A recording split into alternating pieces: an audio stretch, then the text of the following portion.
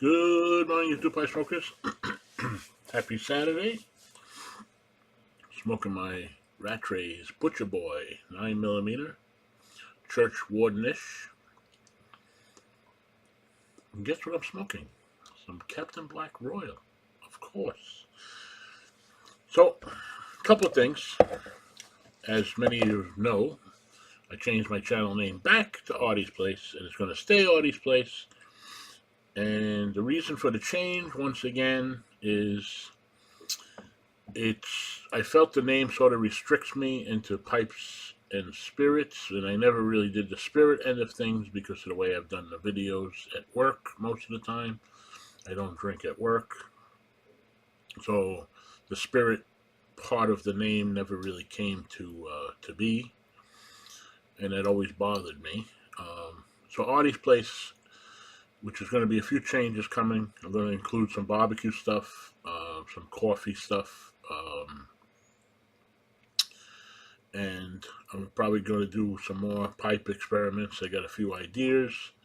The channel's become a little stagnant, and I say that only because I have my nucleus that always respond, and I thank you all for that. But the subscription part of things isn't growing. I'd like to get to 1,000 so I could do live in a mobile device again. So Artie's Place, I'm going to switch it up a little bit. Pipes will always be part of the channel because that's what brought me here. And I don't want to abandon that. Plus, I do enjoy pipe smoking immensely. And I'm very well vested in it. And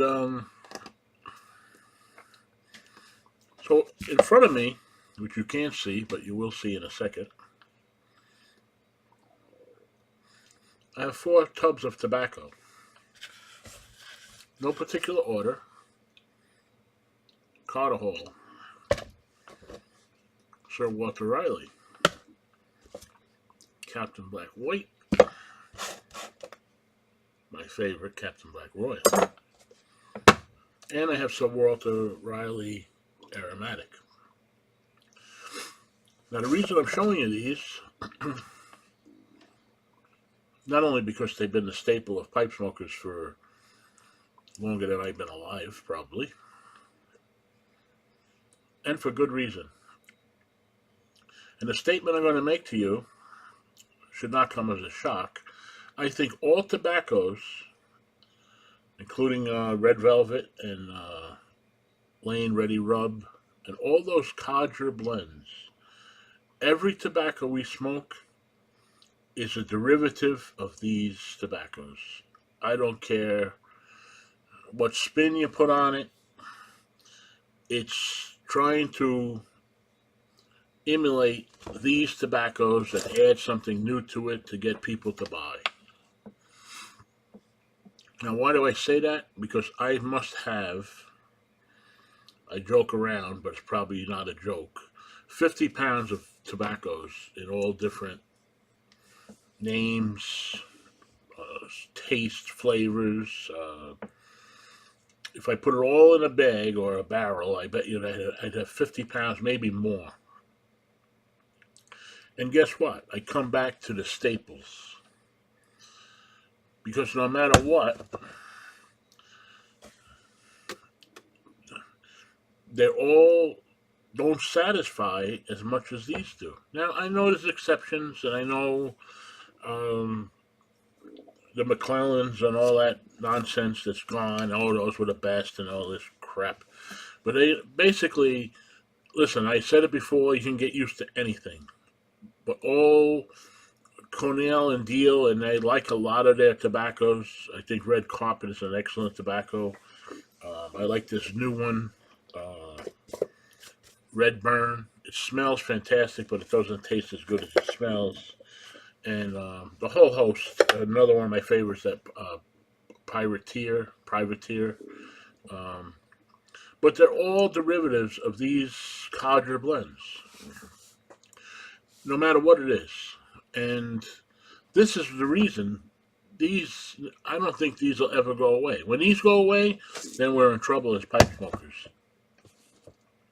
But I don't think they will because they're so popular, they're so good, and they're so really inexpensive when you come down to comparing it to some other tobaccos. And interesting thing about this, for Walter Red, I had this a long time. I don't know what the date is. It was one of the first tobaccos I bought. And it's got to a point where it's fairly dry. You could hear it. It smokes phenomenal being dry like this, which is another thing. Tobacco moisture has a major role in how it tastes and how it smokes. Too dry, by the way, and they produce more moisture sometimes than moist tobacco, believe it or not. I've done tests to prove that. This happens to be dry, but it doesn't smoke moist. And this is very similar to burley without the bite, in my opinion. As a matter of fact, who knows? It may be the same. But anyway, getting back to the name change, so I'm going to switch it up a little bit. I got my fishing license last week from New York, so I think I'm going to try to find a fishing spot and do some videos of that. I bought a new smoker last night, so I think I'm going to do some smoker videos. And one thing I would tell you, I follow a lot of different YouTubers, and few in particular, and I'm not going to name names because I'm not going to get into that argumentative area, because everybody can do what they want with their channel, just as I can. But you know, some channels that make a change, and then they're so cocky to tell the people, oh, I lost so many subscribers, screw them if they don't like a change. You know, that's the reason I think YouTube was designed with the thumbs up and thumbs down. That's a signal of what your channel direction is, where it's going. I would welcome a comment. You know, your videos have changed since you started and I'm losing interest or something. So I can make adjustments to please you. There's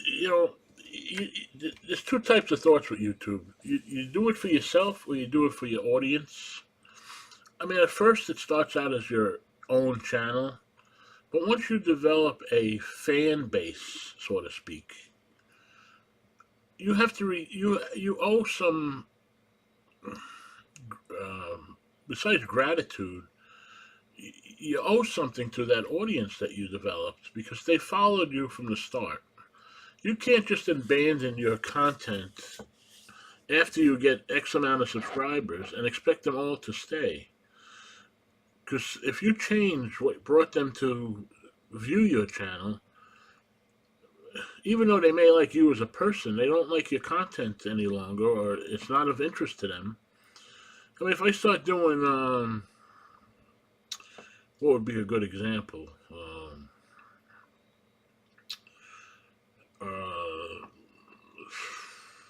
I got into some bizarre satanic worship or something. I don't expect people that have watched me all these years all of a sudden to stay loyal to me.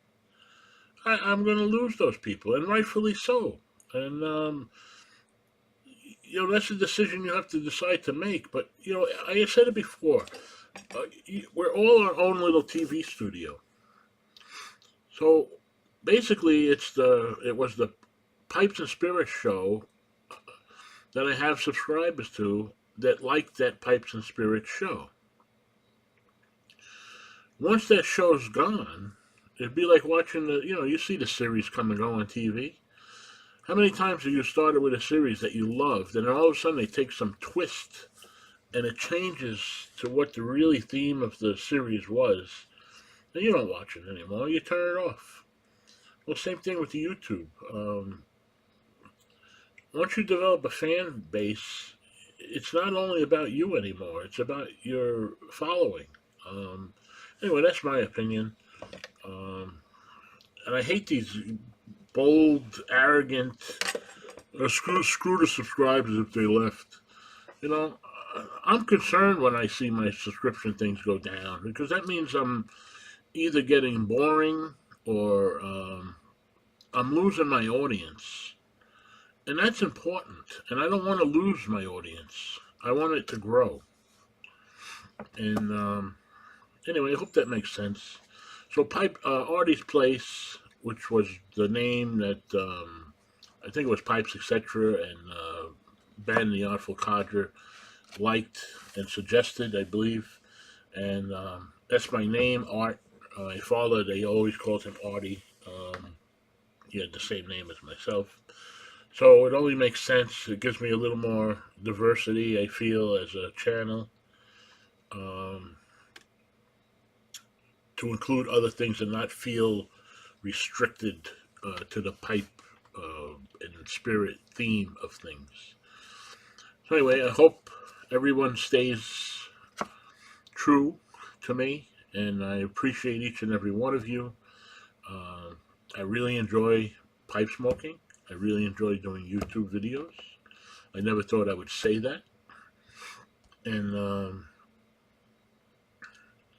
it's really good. I may start making some tampers, and I'll show you that, some lathe work. Anyway, diversity. So change is coming. I hope you welcome it. Please leave your comments and suggestions below. I would really like that, and it's something I look for to make adjustments in a positive way. The Daily Five, a lot of people like. I will always do it in some form, and we'll see where it goes. But thank you, and thank each and every one of you that comment and subs me, and I really appreciate it. And I made a lot of good friends, and it's been a great experience. So with that, so getting a 12-minute video here. I'm sorry to ramble on, but catch you on the next one.